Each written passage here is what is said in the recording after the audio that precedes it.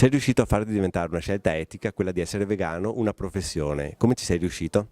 Ma ci sono riuscito con sicuramente fortuna, dedizione e passione, impegnandomi per tanti anni, facendo ricerca, girando anche fuori dall'Italia e quindi sì, ho avuto la fortuna di avere buoni maestri, molto buoni maestri e altre fortune che mi hanno permesso di gestire un ristorante che ho aperto da poco.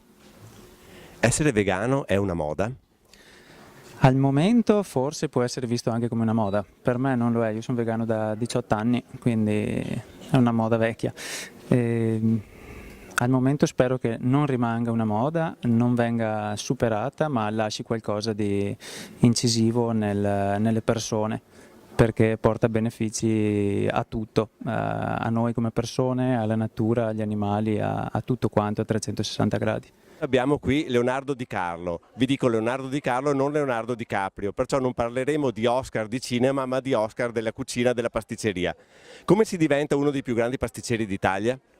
Ma allora si diventa con tanto sacrificio e soprattutto una buona creatività e un pizzico di pazzia, questo è importante.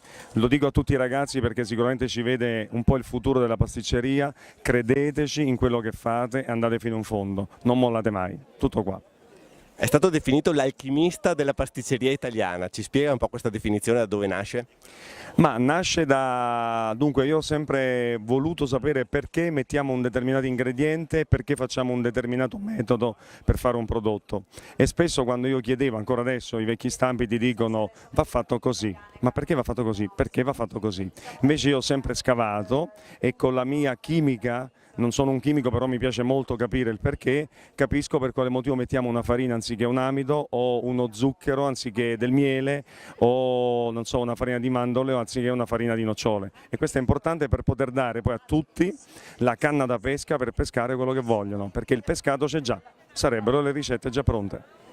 Di Carlo lei è stato anche in giuria con i 3 istituti alberghieri che si sono così, hanno fatto una sfida tra di loro, e che impressione ha avuto di questi ragazzi? Sono promettenti?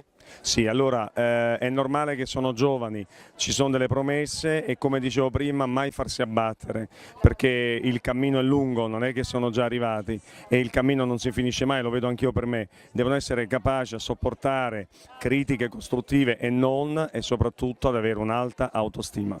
C'è stata una gara tra istituti alberghieri, come ne siete usciti? Beh, noi ci siamo collocati terzi, però comunque per i ragazzi è sempre un evento importante quello di riuscire a mettersi in gioco. È un'esperienza che ha visto i ragazzi gareggiare alla pari con molto fair play e anche con umiltà. Sono esperienze che sicuramente vanno riproposte e consolidate, magari aprendo anche ad altri istituti. Il nostro istituto si pregia di aver appena vinto la gara nazionale a Dronero in provincia di Cuneo.